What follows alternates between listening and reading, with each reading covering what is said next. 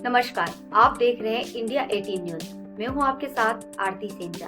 रुक करते हैं इस वक्त की तमाम बड़ी खबरों पर। खबरें नई दिल्ली से, जहां पर प्रधानमंत्री नरेंद्र मोदी विज्ञान भवन में अंतर्राष्ट्रीय अभिधम्म दिवस और पाली को शास्त्रीय भाषा के रूप में मान्यता देने के समारोह में शामिल हुए।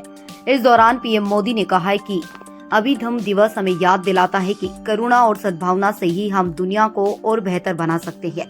इससे पहले 2021 में कुशीनगर में ऐसा ही आयोजन हुआ था। ये मेरा सौभाग्य है कि वहां उस आयोजन में भी मैं शामिल हुआ था, और ये मेरा सौभाग्य है कि भगवान बुद्ध के साथ जुड़ाव की जो यात्रा मेरे जन्म के साथ शुरू हुई है वो अनवर जारी है। मेरा जन्म गुजरात के उस वडनगर में हुआ है जो एक समय बौद्ध धर्म का महान केंद्र हुआ करता था। पिछले 10 वर्षों में भारत के ऐतिहासिक बौद्धिक तीर्थ स्थलों से लेकर दुनिया के अलग अलग देशों तक, नेपाल में भगवान बुद्ध की जन्मस्थली के दर्शन, मंगोलिया में उनकी प्रतिमा के अनावरण से लेकर श्रीलंका में वैसाख समारोह तक मुझे कितने ही पवित्र आयोजन में शामिल होने का अवसर मिला है। दिल्ली से ब्यूरो रिपोर्ट।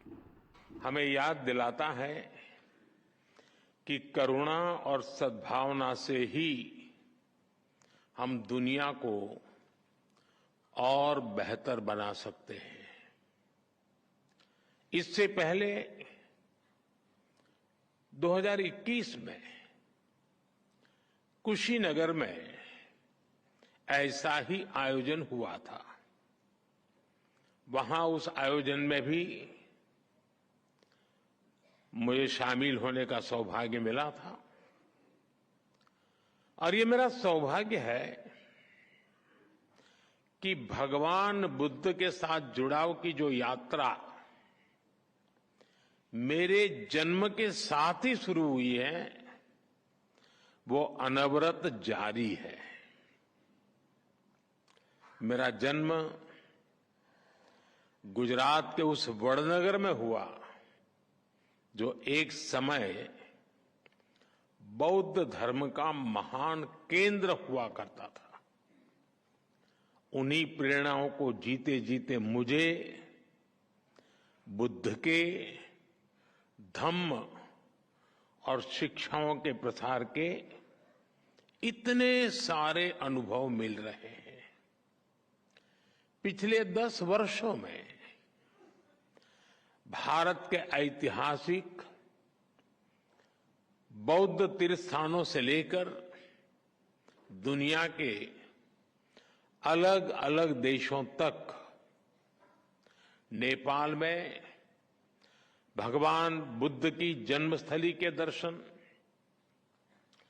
मंगोलिया में उनकी प्रतिमा के अनावरण से लेकर श्रीलंका में वैशाख समारोह तक, मुझे कितने ही पवित्र आयोजनों में शामिल होने का अवसर मिला है।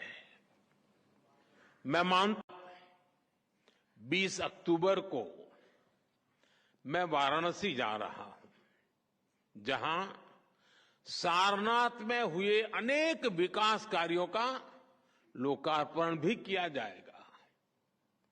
हम नए निर्माण के साथ साथ अपने अतीत को भी सुरक्षित कर रहे हैं।